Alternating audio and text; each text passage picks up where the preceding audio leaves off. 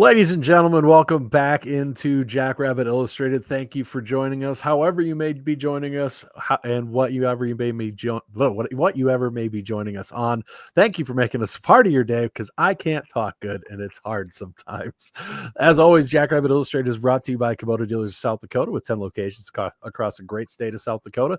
There's always a dealer near you to get yourself into some quality orange equipment. Today, I know Ben and Matt and Chad are really enjoying their Kubota BX tractors, doing a lot of work around the house with them. But if you've got an acreage farm or even your home, they've got anything you may need, from skid steers to side-by-sides to mowers, tractors for your house. So thank you to Kubota Dealers. We love having them as our sponsor, our title sponsor.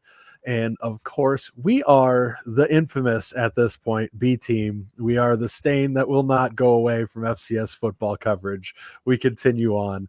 Thank you for joining us here tonight. And we have a very special guest with us, Mr. Samuel Akem, Skyline Sports analyst. He's got breakdowns on all the big games. You can catch him on his Twitter. He's always got links to his YouTube channel. He's got breakdowns on Skyline Sports. The man is everywhere. He breaks down the whole game. He's fantastic follow on the Twitter webs and everywhere else in between. Thank you so much, Sam, for joining us. We asked him super late minutes, so I'm sure you're all as surprised as he was with that we asked him on here that he was able to make it. Thanks so much for squeezing us into your night, man. Yeah, I appreciate you guys for having me, man. You know, there's a need for FCS coverage out here, and you guys being a part of the FCS stratosphere, you guys know how special FCS football is. I wish the world would know. They don't understand. They're all arguing about this playoff bracket now. We've been having that argument for 30 years, 40, 50 years, however long now. So they're just now getting involved into the party, man. And that's the best thing about the FCS, is that, like, we can get an analyst like you last minute. Like, if we were FBS, there's no way we're pulling somebody like you on our podcast. So we really appreciate you being on. We can't even get Ryan Leaf when we ask a week in advance. Sorry. Right. That was probably a bad one to bring up. My no, bad. That's funny. Yeah, he's a big fan of the Grizzlies. We know that. Huge fan. He loves the Grizz. Oh yeah, yeah. He basically, he's a Montana kid. I think he's got a right. He's got a Grizz tattoo, right? I'm pretty sure he's like Kyler Neal. He's got a Grizz tattoo on him somewhere. You know about Kyler's tattoo, right, Sam? I do not. Oh, well, I heard that. Yeah, Kyler has a Grizz tattoo on him. He does. So genuinely, like, he actually does? He genuinely does. Yeah. So we did Did he lose a bet or something? So what happened is that we are on, the FFN, as we like to call it, the FCS Fans Nation Network YouTube here. All the podcasts that were on there had somebody step forward, and then all the guys on the big shows, we like to call them, step forward. And it started out as we'll wear our rivals' gear down in Frisco for a night if this fundraiser reaches X thousands of dollars and everything like that. And this might surprise you. Kyler has a big mouth, similar to myself. So he opened his yapper and said if it got, I think, the 16 grand, that he would get a Grizz tattoo. Well, we all put all the effort we could into that, and we hit the 16,000 for him to have to get the tattoo. And he's a man of his word. He followed through and got it. It kills him. Wow. I think it's on his Grizz thigh. For life, baby. On his thigh. It is on his thigh, yes. Yeah, literally I've seen for more life. of Kyler Neal than I care to for the tattoo. But As always, we are the B team. Thank you for joining us, and thank you to our title sponsor, Culver's, I believe, because I lost my list after the last podcast. Show sponsor. Our show sponsor is Culver's of Brookings and Watertown, a better brand of beef, makes Butterburger better. That welcome to delicious nonsense that it will always be a better brand of beef, makes Butterburger better. I don't care who you are. I don't know if they're far enough west to get out by you there, Sam, but Culver's is where it's at. They've got the best burgers and the best frozen custard. It's not ice cream, it's frozen custard. And the concrete are the jam. They will slowly take over the world, just like a gas station that hopefully will sponsor us someday, so I could chat them up because they're the best. I'm going to love that when it happens. I know, right? But they shall not be named until then because I'm petty. But Culver's of Brookings, Watertown. As always, I highly recommend you always make your bets in Scoopy tokens because it's a major pain in the ass for your co-host to pay off, and you get to hold it over his head until he figures out a way to do it. I still haven't spent those gift cards. I'm holding them like trophies in the truck, and I smile at them every time I see them. I don't even remember what the bet was. I was say I don't either. I just remember That was years ago. For years, you kept saying I owe you Scoopy tokens, and you did. Paid up, so. Yeah, you bet on a single game is what it was. Yeah. But yeah, it actually happened. That's for sure. Anyway, so do you have Culver's out in Montana or not? No, I just looked it up. I've definitely heard of it before, but we do not have it in the Montana. Gotcha. Are you getting to Brookings for the game? I will not be out there, gentlemen. You won't be. Oh, too bad. We'd buy you some Culver's. Absolutely. We'd get you some cheese curds, some butter burger, onion rings, beer cheese sauce for the fries. The whole works. Yeah. Yeah, we always ask our guests what their favorite order is, but since you've maybe never gotten Culver's, kind of a tough question. Yeah, they do have it in Frisco. They do. They have a Frisco and they have a Frisco Culver's. I think if the Bobcats make it, the Skyline team's going to try to make it out to Frisco. Awesome. Well, unfortunately, I would love to see you there, but I don't want Skyline footing the bill, if that makes sense.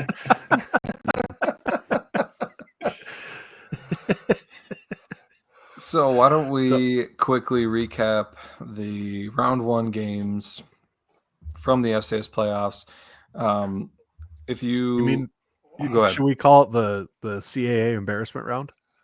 Yeah, it sounds good to me. Yeah, the CAA did not show out well.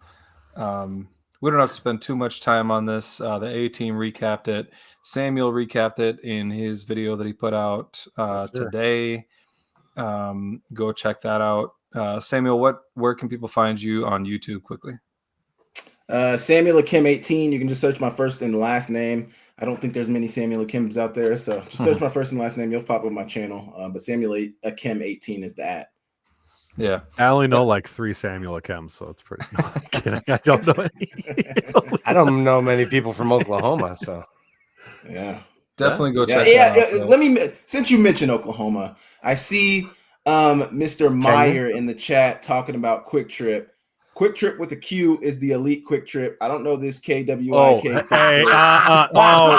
gonna start a fight, brother. Let's get it started. If we're really gonna have this conversation, we gotta have the conversation. Quick Trip with a Q wishes it would. I'm telling. Oh man, we gotta. I'm gonna take you out here. We're gonna road trip the Midwest, and we're eating Quick Trip and Culver's, and you're gonna. Me and my fiance drove through one time. We drove through like a small corner. I think we were headed to Iowa. And we drove through South Dakota. And I played in Vermilion. I never played at Brookings or Fargo and I also played at Galera Center too. Yeah. I didn't get to go to the cool Dakota schools. I went to the little trash girls. ones. Yeah. So what you don't know is Brendan is like 100% a Wisconsinian, grew up there, and so everything Wisconsin is better. Just ask him. Not everything. The cheese is good, right? Cheese, maple syrup, cranberries, Quick Trip, Culver's, and bratwurst. Okay. We're better at bratwurst. Thank you, Dustin. I appreciate that. Beer and what are we going down? Rev, I'm going to hit you with something heavy when I see you. Really heavy. All right, where were we at? This is so when we said our podcast is loose, this is it. I love this. I love one game. We had UT Martin taking down embarrassing New Hampshire, 41-10. Wasn't even close. Any comments on that game? I guess I thought New Hampshire would put up a better fight than that. I think they might have been 2-point underdogs or something like that. So I don't know. To get beat by 31 at your home place is just embarrassing. 53 rushing yards is very interesting. You know, what they held New Hampshire to. Just interesting in the fact that they play Montana State next. I think that's very interesting. Yes. Yeah, so what do you think about that UT Martin Montana State matchup? Do you think UT Martin has a chance?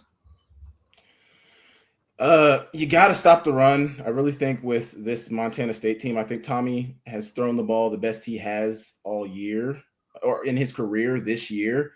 So, I think it's going to be hard pressed to force him to throw the ball. But if you want to have a chance, you got to have a good rushing defense. And, I think it'll be a good test for Montana State. Let's say this. Everybody I've talked to, though, they don't care what the rushing stats are. Montana State by 30. So we'll see. Yeah, I was just checking. It looks like they're favored by 17.5 at home against UT Really? Martin. Only that? Yeah. That seems pretty low. You should hammer that. That seems low for sure. That's a spicy meatball. Not to spoil. Not Wow. to spoil At Thursday. home. Are you kidding? These guys are coming from the South. Like, come on, man. That was you my guys next know. You guys are in comment. South Dakota. The weather is much different. You guys understand it. These teams think they can come up here, go to South Dakota, North Dakota. Well, I guess only South Dakota State is the only place you have to worry about it. But they think they can come up here and play in the weather. Man, it's a different beast. I promise you. You guys know that, though.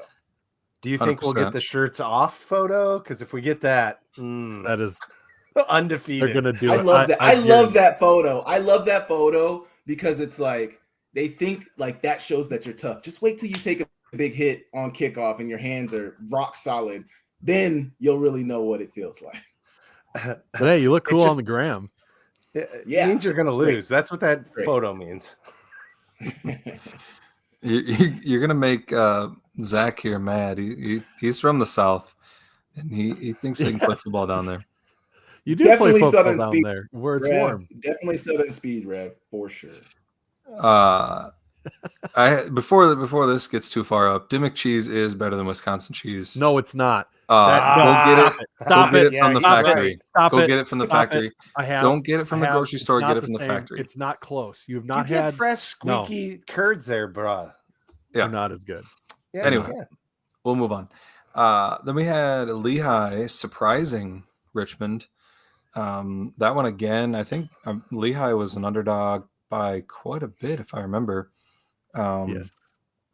So yeah, another home loss, which was another CAA loss. So two embarrassing games started out there.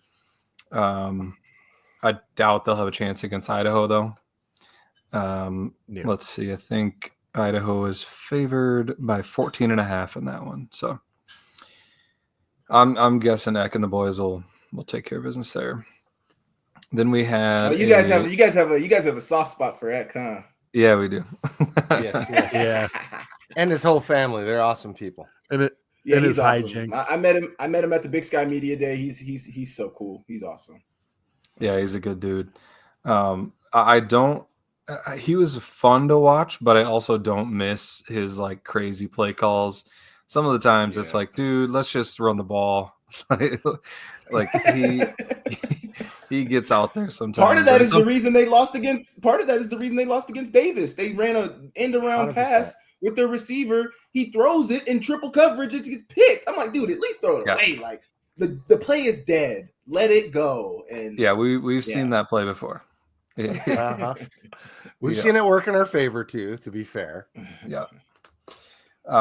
Then we had a pretty wild game between SEMO and Illinois State. They were trying to get Paxton DeLawrence's arm to fall off. Throws 85 times in that one. Just a wild stat line. Did you guys watch that one? I caught a little bit of it, not much of it though. It felt like the ball was either getting picked or on the ground like every 30 seconds. Every other It was play. ridiculous, man. It was crazy. Yeah, definitely sloppy. Turnovers. Well, speaking of sloppy, we'll get to the Montana game shortly here.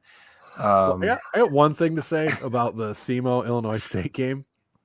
If you turn the other team over 8 times, You should win. You should win it by should more not than be 8. one score game. Oh, for You sure. should win by more than 8 for sure. And there's people, By a and I heard, bunch. I think it was Jamie Williams. I love you, Jamie. But he's like, well, it was out of hand, and then SEMO brought it. Shouldn't. No, that's not. There's no. That's it crazy, got man. close at the end. It should never, ever, ever, ever, ever be even within a breath of close for one score. That is a It should be huge indictment on 30-point your win. offense. Yes. Well, exactly. look at their offensive statistics on the other side of the ball, man. Jeez, just nothing out of Illinois State. Nothing. Yeah. Yeah. Illinois State's going to in for a bad day. Yeah, 51 rushing yards is crazy. Absolutely crazy. I don't think Illinois like State you said is before, cheap. that's a stat. They are only 6.5 point underdogs, though, which is, again, a surprising line. I thought UC Davis would be favored by quite a bit more. Next up, we had Tarleton State taking down Drake. Drake kicked out their stepsis out of the house today. Yeah, we found out that Drake's coach is going to Northern Iowa, going to the Missouri Valley. Oh, he's been sitting on that one, Brendan. I mean, that's about as PG as it's gonna get. Drake's coach going to Northern Iowa, coming to the Missouri Valley Conference. It'll be interesting to see what he can do. But Drake showed some fight in this one, but in the end, Tarleton State just had too much for him. I will be interested to see if they can move the ball against USD. They've got the athletes to do it, but the USD defense is pretty darn good. And USD is favored by 16.5 in this one. So I don't think it'll be close. Do you think they got a chance, Samuel? No. That South Dakota defense is so good, man. They're so good. McKeese Grace, I actually did a breakdown on him last year after his freshman season. I can't believe he won Defensive Player of the Year in the Missouri Valley. Not that I can't believe it because he's not a good player. I just can't believe it because it felt like, he just came out of nowhere. I mean, that dude is a dog. Yeah, dude is really good. You guys don't have much to say about South Dakota, huh? I mean, nothing good in there. They're good this year. They're in our same state. We don't like to give them too much credit, but no, they have a very, very good defense, and they'll be once every 20 years they're pretty good. And I'm exactly. proud of them. They'll be a tough out this year. But then let's skip the Montana game. We'll get that one last. We had Villanova taking down Eastern Kentucky. Some controversy in this one. Samuel, I assume you also think that it was a fumble, not a pass? I actually didn't see the play, so you guys will have to let me know what happened. So, so the quarterback he faked it, and then he kind of went to tuck it again. And so it was kind of the tuck rule thing, but he was definitely tucking it. No, he was not tucking it. He was bringing the ball up to throw. So the ball was coming back this way, and it got knocked out of his hand. He was not coming down. I'm working on it, fellas. Either way, it should have been called a fumble. Eastern Kentucky scooped and scored. They should have had a touchdown. But I was confused because the way people were talking about it, it sounded like that would have won Eastern Kentucky the game. That was early in the fourth quarter, wasn't it? I think. And they would have taken the lead, but they had plenty of opportunities later on in that game to beat Villanova, and they did not take advantage of them. So, well, there's two things about that drive. First off, if I remember right, they would have scored the touchdown there, and that drive is the one that Villanova kicked the field goal to go up on them. Yeah. And take the lead. And the other one that is underreported is the weakest holding call I've seen on an interior offensive lineman. That was right before half. They ran the touchdown in, gets called back for a super soft hold. And then the field goal that is attempted at the end of half, the kicker shanks off the back of his tackle's head. And so there's another 7 to 6 point swing there. But you're right. They had gobs of opportunities to win the game. Yeah, they definitely did. Then Rhode Island barely pulls out the win against Central Connecticut State, which is kind of their MO. They kind of seem to play to their competition, but they're not good, man. Just good. another not good CAA team.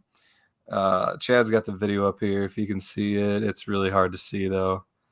No, I got it. Oh, come on, man. They rolled a pass? Yes. Yeah, he was almost gonna shovel it, but then he came back. Inconceivably. It's if the ball was already getting loose before he was gonna shovel it, shouldn't that I don't think it was loose before, but he goes to shovel, but then he decides not to, and he was clearly coming back from the shovel. I don't know. It was pretty clear in the replay, and like Seth Meyer says here, it was ruled a fumble on the field, and then they overturned it, which was really surprising that they didn't stick with the ruling on the field. But wow. Anyway, like you said, Rhode Island, not a very good team. It will be interesting to see how they do against Mercer. I was going to look at the line on that one. Mercer's favored by 11.5 against Rhode Island there. Mercer's defense is pretty good, so I think they'll take care of business there. And then Abilene Christian just housed Northern Arizona, which was a little surprising. I thought Northern Arizona would show a little more fight. Sounds like they had a backup quarterback. Is that correct? Northern Arizona? Abilene Christian had a backup. Oh, Abilene. I was going to say Abilene had Northern Arizona didn't have Abilene had a backup. Yeah. Oh, okay. But he's back this week. MacGyver's back this week. So what happened to Northern Arizona in this one? How did they lay an egg? Oh man, they've struggled offensively all season. Like Pennington's a good player. Brzee White's first team all conference tight end, but their offense just hasn't been what's done it for them all season. It was really their defense that's done it for them this year. But I don't know. I mean, to put up nothing is crazy to me. Yeah. Their run game isn't too strong, and that's probably what kind of led to it. Their run game isn't the strongest. So got you. All right, let's get back up to the Montana-Tennessee State game. As I mentioned earlier, it was pretty sloppy. I mean, Montana, they won easily, but they should have won by a lot more. You said in your breakdown, they should have covered the spread. They let Tennessee State hang around in that one. I kind of tuned in a little late to it when Tennessee State got within 7. And then I think they had a chance to make that game interesting, and then they hiked it over that guy's head, and then and then they kicked it to Junior Bergen, and then he did Junior Bergen things. But anything else to say about this game? I guess what did you think about it? You were there. Man, just the fact that this team seems to get in their own way, the Montana team, and they just seem to always be in their own way. You see all the talent. The defense has improved. I'm sure you guys have seen where that defense was early on in the season and what they're able to do now. It just seems like they can't help themselves but leave teams around, let teams hang around, or if they're playing better competition, they can't help but, I mean, the offense has just been anemic since the middle of the season. I don't know what has happened to the offense. They don't seem to be able to get the ball to their playmakers at the right time. Eli Gilman had his most carries of his career at 20 this week. I mean, that is absolutely crazy to me. I don't know, man. It was wild. They should have won by at least 3 to 4 scores in that game. Yeah, I agree. I have wondered, I was surprised. I was watching your video from today. You think they'll start Ayat? Yeah, I do. I was going to ask the same thing. I do.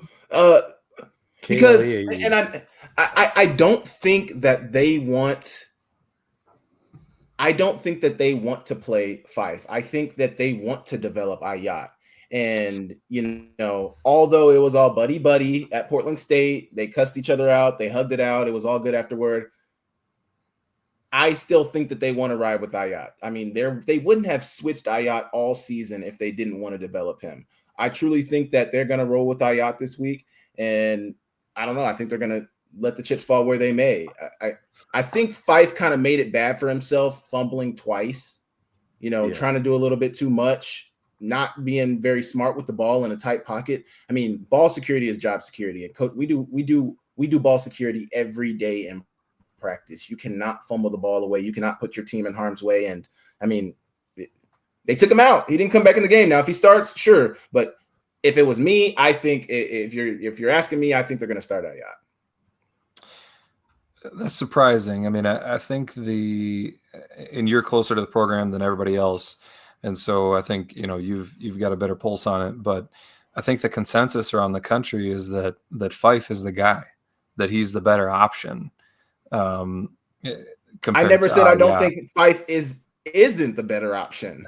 I'm just saying, I feel like I know Houck. I feel like I know this coaching staff. And I think they're going to start Ayat based off of the performance that Fife had. I mean, Fife did not play well outside of, I mean, the throw that LaKeldridge Bridges, the freshman, had where he dropped it, they rolled it a drop. That should have been a freaking touchdown. And then the next play, a drive later when he was open again, or 2 drives later, that also should have been a touchdown. I mean, he did not play a good game. And then you put the fumbles on top of it. I just don't think it's a good look for him. I just don't think it's a good look for him. I just don't. I mean, Fife has almost 2,000 yards. That's a good stat line. How can you go away from that? Should have way more. And it felt like, and others that I was talking to said the same thing, when they pulled him and put in Ayat, we knew they're going to run the ball that much more, right? Like, so that's like a strength of our defense is the run defense. So if that's what he chooses to go with, we'll see how that turns out.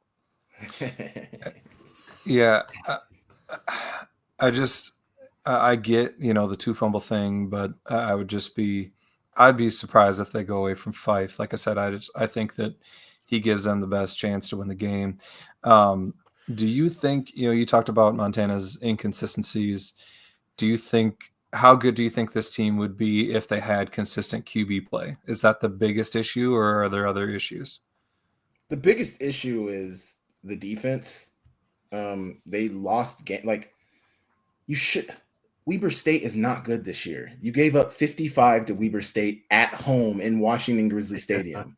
That is the biggest problem with this team this year. And then I think, yes, the quarterback inconsistencies is big too. I mean, say what you want about Ayat, say what you want about Fife. A lot of people lean with Fife. I was early on Ayat, and then I leaned to Fife. And I still think Fife is the better quarterback. But you got to stick with one. You're messing with the dude's confidence. I definitely think part of the problem, the biggest problem to me has been the defense this year. But the second biggest problem 100% has been the inconsistency with the quarterback play. And I think the inconsistency has come from them not riding with one all year. You got to stick with one, give him that confidence. And they didn't do that. And we saw the effects of it all season long. And so Jordan asked Patrick Ferks makes a good point too. The O-line is also an issue. Yeah, I think the O-line was much better last year. I think large part because of AJ Forbes. He just dropped a new book as well on the veer and shoot offense. Go check that out. But he was a 3-year starter. He had been there for so many years. He knew the offense, and whether you have a guard, left guard, left tackle, right tackle that's inconsistent, that center position is going to be consistent. And not to poo-poo on the center that they have now, but he's not the same guy as AJ. And I think AJ could cover up for a lot of things on that offensive line. Got you. What do you think about Jordan's question here? What happened to their defense? He thought they were going to be strong again, just like last year. Well, you got to think about what they brought in defensively. So last year, their linebacking core was made up of Braxton Hill, a guy who had come up in the system. Tyler Flink, a guy who came up in the system, and Levi Janicaro, the legacy player last year, and a guy who had came up in the system. You also have to think about who they had at safety. They had Nash Fouch, a guy who had came up in Montana, a guy, TC, who came here as a sophomore and was here for 3 years, a 3-year starter. They had a cornerback in, why am I blanking on his name? The cornerback they had, number 8, Walker, the cornerback Walker. I feel so terrible that I'm forgetting his name right now. But they had a bunch of guys. The point I'm trying to make is they had a bunch of guys who had came up, and oh my gosh, why am I forgetting? Gubner.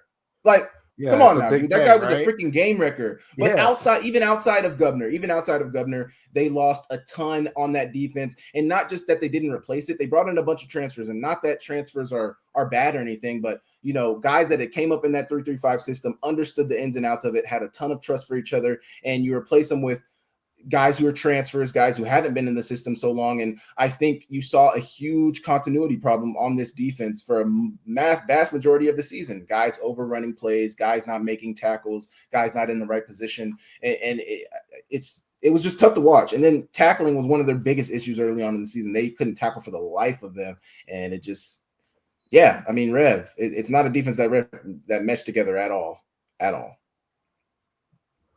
So Gotcha. quick, before Ben jumps into another question here, we've got to do a read for our My second bad. sponsor for Cubby Sports Bar and Grill. The big announcement, J Italian Nachos are back, baby.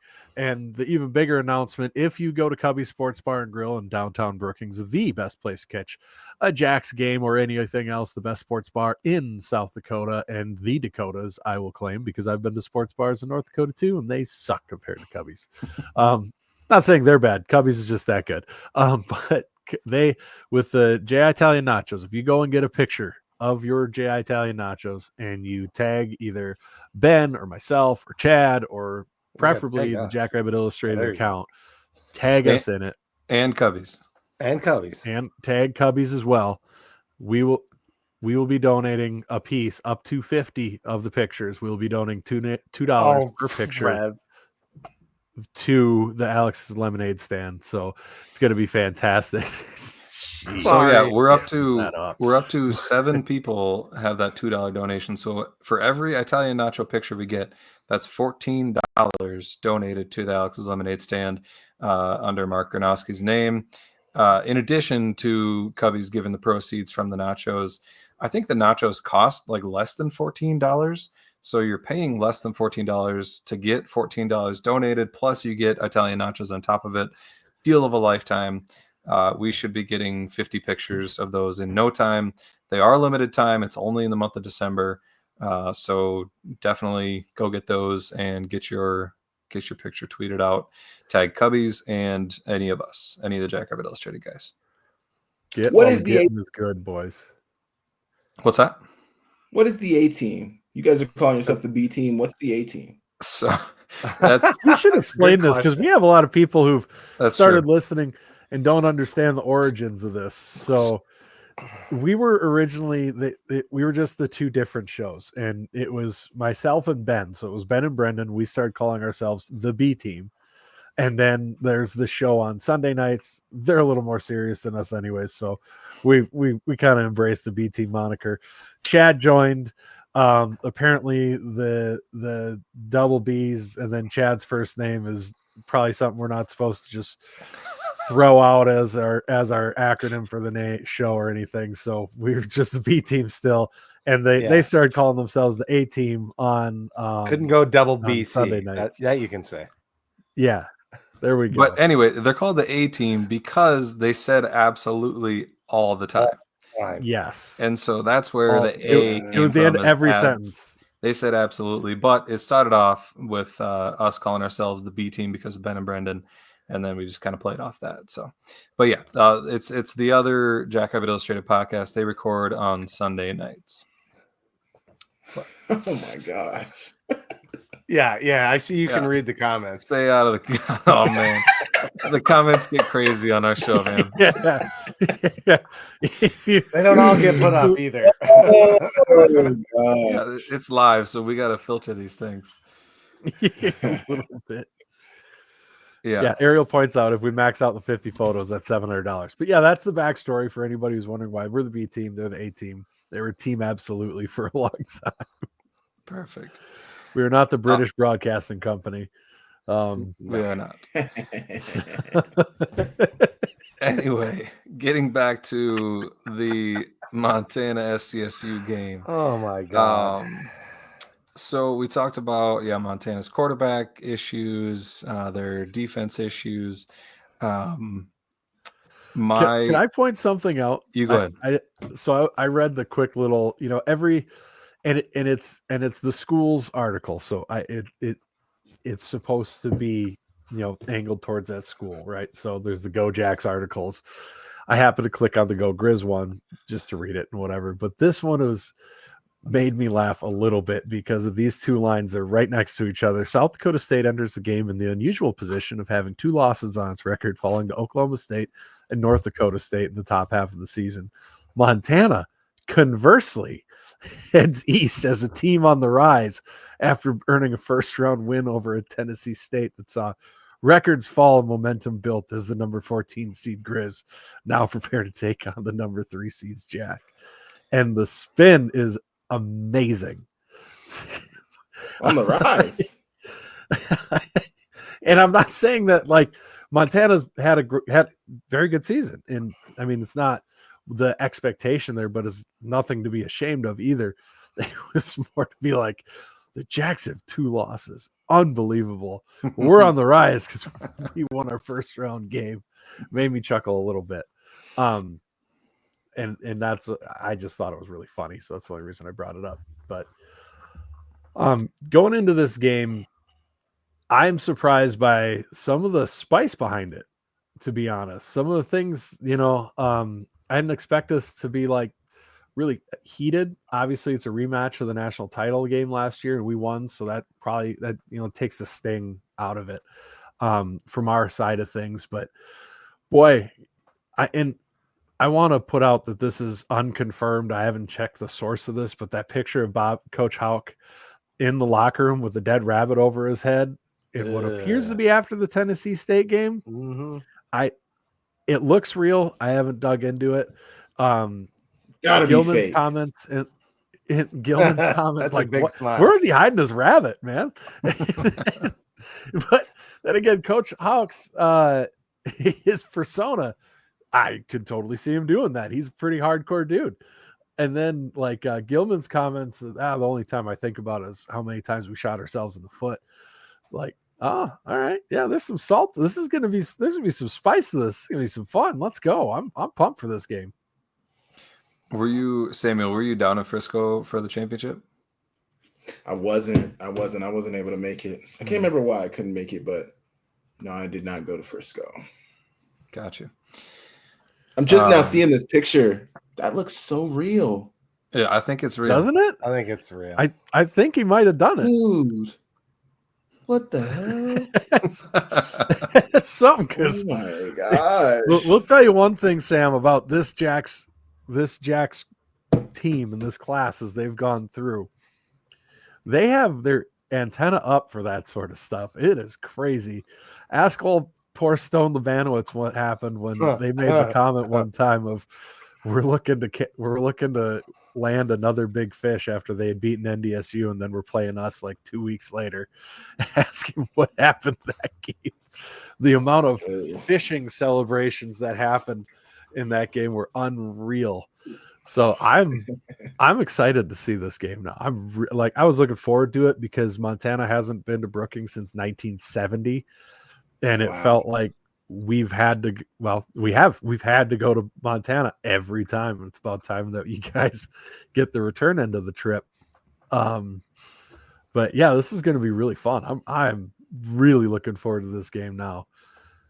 And I don't know. It looks like somebody shot and it looks like it might actually be a jackrabbit. So good on them for accuracy. Yeah, Most it's got the people legs. Grab a cottontail, which boo. Don't be lazy. Where did you get that from? It's on FCS Fans Nation. Like it was previously stuffed. Yeah, it was either stuffed or they shot it and threw it in a snowbank and it froze, and then they brought it in. If that's not real, that's great Photoshop. It's not. Right. It can't. Well, yeah, it could be. That is the best Photoshopping job ever if that's not real. Look how scared number 48 is of that rabbit.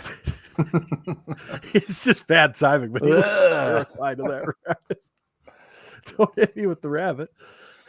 How many, Seth Meyer said he's excited to see the turnout of Grizz fans in Brookings. How many Grizz fans do you think we see make the trip? Probably not many.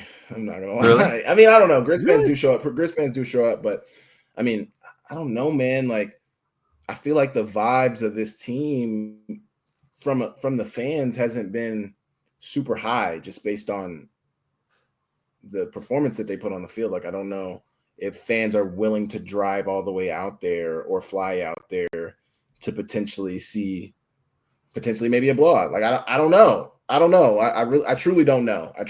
I haven't been as tapped in on the Twitter sphere as much as I was last year, so I don't know all the discourse going on with, between fans and stuff. But I don't know. I think it could be a good showing for fans, but also I think it could be eh. And I lean towards more saying it could be eh. Yeah. Do you know what the spread is on this game? No. What if you had to guess? What do you think it is? I said between 15 and 20. I'm going to say 18 and a half. 22 and a half. Holy. Okay. I can't believe Really? this spread is worse than the UT Martin spread. I can't believe this spread is more than the UT Martin spread. That's kind of crazy. That's what I was going to ask, is if you feel disrespected by that spread. That's crazy. 22 and a half. I mean, I don't feel disrespected because I'm an objective viewer. You're objective. Come on, man. We're seeing you two live and fresh for you to hide it. Oh no! Like I'm Skyline, man. I'm objective. I cover the big sky. Yes. You know, I am a Grizz, but I don't know. I mean, can you really feel disrespected based on what we've seen from the Grizz team this year? Can it really be a disrespect to have a 22 line? It just depends on the guys in the locker room, how they take it, how they're going to react to it. They should respond rightly. Nobody thinks you're going to win this game. Nobody thinks you have a chance. So that's up to you guys to respond. Are they right? Are you guys 22 and a half point dogs in this game? Or can you guys actually make it a game? Can you guys cover? I mean, if you guys can't stay within 3 scores, I mean, come on, man. But Larry does make a good point too. National championship game was 23-20 or 23-3. Yeah. So, I mean, come on. Yeah, and I think the reason for that spread is just SDSU's defense. And I think that that's the difference. And I think that, they don't see Montana scoring more than 10 to 13 points probably. And they see SDSU scoring, 31 to 35 points. And so it'll be interesting to see if Montana can find some success against that SDSU defense that's been so good all year. The offense to start out the year struggled a little bit. They found their stride now. I think the team's playing the best they have all year.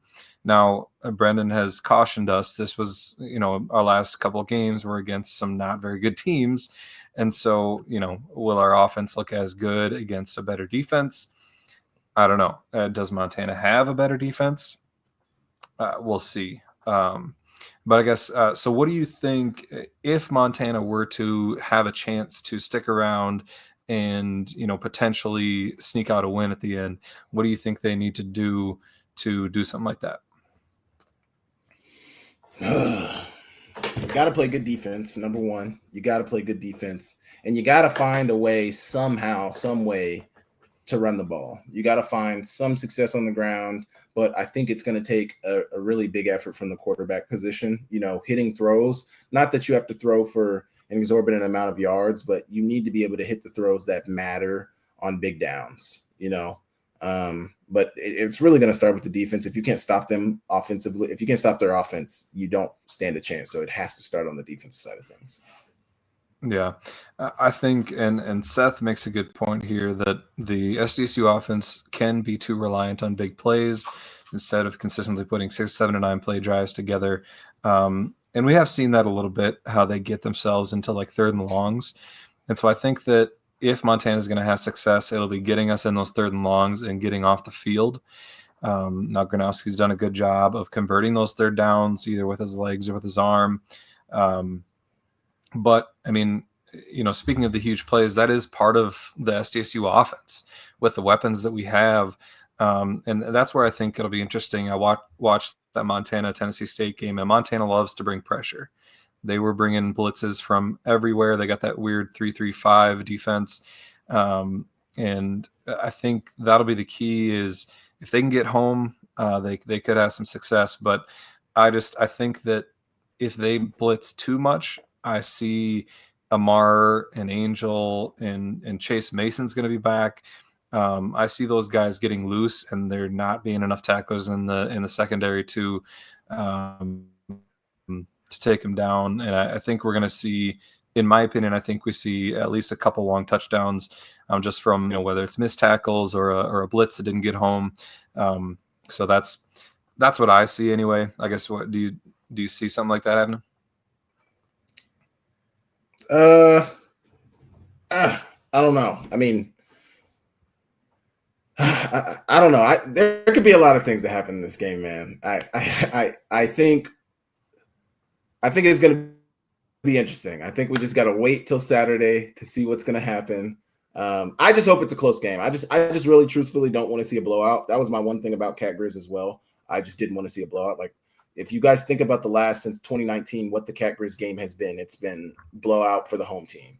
I don't want that to be that in Brookings. I just want to have a good game. I just want to see a good game. And yeah, I mean, they're a blitzing team, so it's tough to tell them not to blitz as much because that's kind of the heart of this defense and what they're made of. But I don't know. We'll see. We will see. Well, to your point, Ben, when was the last time that the Jackrabbits defense gave up more than 14 points? The defense. Incarnate Word. Yep, September 7th against Incarnate Word. That was the last time that they allowed more than 14 points. USD scored 17, but 7 were from that defensive touchdown on the fumble. And only one team since Incarnate Word has scored 2 offensive touchdowns against this defense, and that was NDSU. So I think that leads to the spread there a little bit because looking at it, do you look at like a Missouri State or even a USD offensively, do you think Montana is a better offense than what those two teams bring to bear? I don't know, especially from the USD side of things. That offense is very potent. It is a very good offense.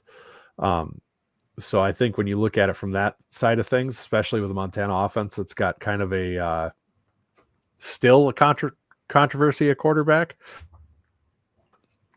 I think that's kind of how you end up with a line like that. Yeah, which is crazy. We're 2 weeks into the playoffs. Come on, Like, Bobby. Talking about guy, man. Oh man. But that would drive me nuts. But do you think over under 0.5 Junior Bergen return touchdowns in this game? Do you think he breaks one? There is absolutely no way a team is going to kick him the ball. I mean, we've said this for weeks now. There's no way a team will kick this guy the ball, and yet and still somebody's going to kick him the ball. I mean, I don't think South Dakota State will kick him the ball. I don't think that they can't kick him the ball, man. I mean, they did in the championship. That's what I was going to say. We did last year. Do it. I mean, you're saying the chances that he takes one to the house. Yeah. I think, man, I got a soft spot in my heart for Junior. He was one of my young guys when I was a senior. I never want to doubt that kid. That kid is freaking phenomenal. I think there's a chance he could. I mean, if they give him an opportunity, I think there's definitely a chance he could. Because I didn't think he would do it in the North Dakota State game. He did it. There was no way I ever thought that he would take another one back against Tennessee State, and he did it. So he had 2 against Furman. I mean, the kid defies all logic. I think there's always a chance if you give him an opportunity. There's a chance that he could take to the house. 100%. Zach. The only I want him to break that record. I do want him to break that record. I do. He's tied right now. Yeah, he's tied. He's tied. You know what? I'm down with him breaking the record if it's the only touchdown the Grizz score. No, in all seriousness, Junior Bergen and his incredible, he's just incredible in general. I don't think there's enough words to describe how good he is as a returner. But man, I go around looking at Montana like podcast stuff and everything to listen.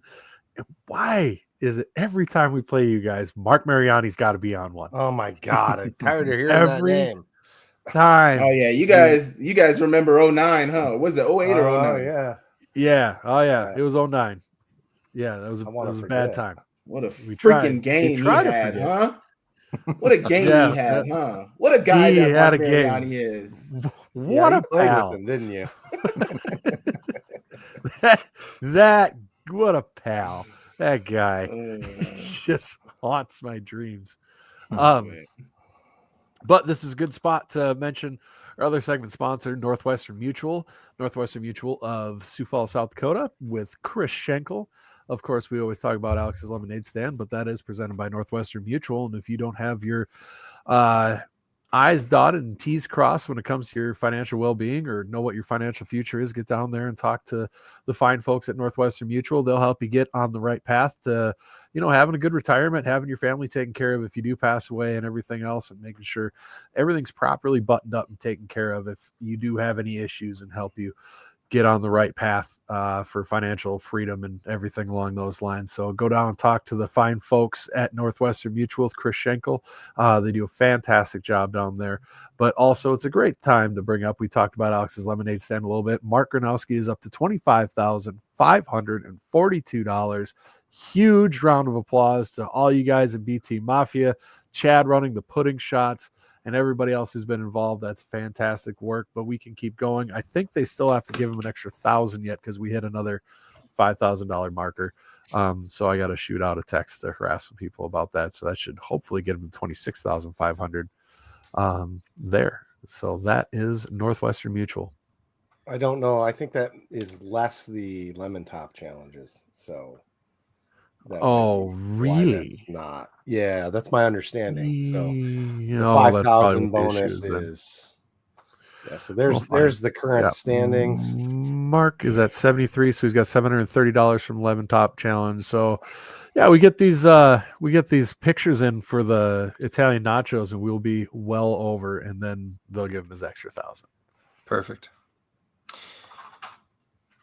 Any more to say about this Montana SDSU matchup? Otherwise, I'm gonna ask Samuel what who he thinks we're gonna see in the FCS championship. Interesting question. I think you just asked him. We'll just go with that. Who do you got? And you can be honest, even though you're on an SDSU podcast. I don't see SDSU making it. I'll say that. No offense to you guys. Right. I think you're a good team, I'm but offended. I don't think you're what you were in the past. I've mentioned that all season. I don't think SDSU and NDSU are what they have been. I really do think Montana State looks like a very strong team this year. I truly do like their chances this season. I can't wait to see my guys. No way, never. This is the closest to Bobcat colors I will ever get. The closest. I promise you. But I really like get Montana. On a bet for charity, though. I mean, nah. Think of the children, Sam. Think of the children. You can get yourself a cat tattoo right there. Oh my God. No way. I never even make a bet like that, because there is no way I'm ever tattooing Bobcat anything on. Dude, I'm trying, man. Don't push me over the edge, man. I'm trying to be very nice to these guys. They have a great football team, but let's not push it. I really do like Montana State. I really do like Montana State, truly. I love Tommy Mellott, who he is as a player. I really like their offense. I think they're getting a little banged up. They've been getting banged up throughout the season. Rohan Jones got hurt in the Cat Grizz game. Brody Grebe got it a little banged up. Scott Trey Humphrey, where is his health at? But if they really, Rev is crazy. If they really can stay healthy, it's because we are fighting against childhood cancer. So if you're not on our side, you're for childhood cancer. Yeah, it's fine. Don't donate, but you're just for childhood cancer. Just.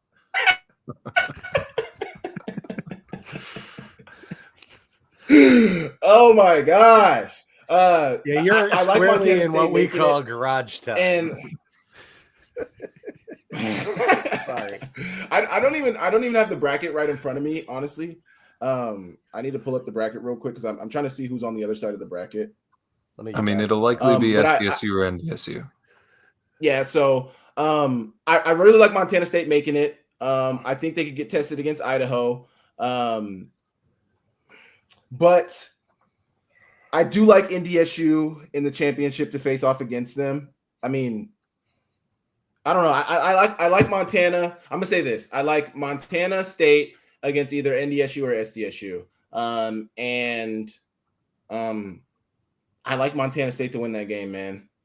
I've really been high on Montana State this season. I've been talking them up a lot. I think they have a really good football team. I love Tommy Mellott as a leader.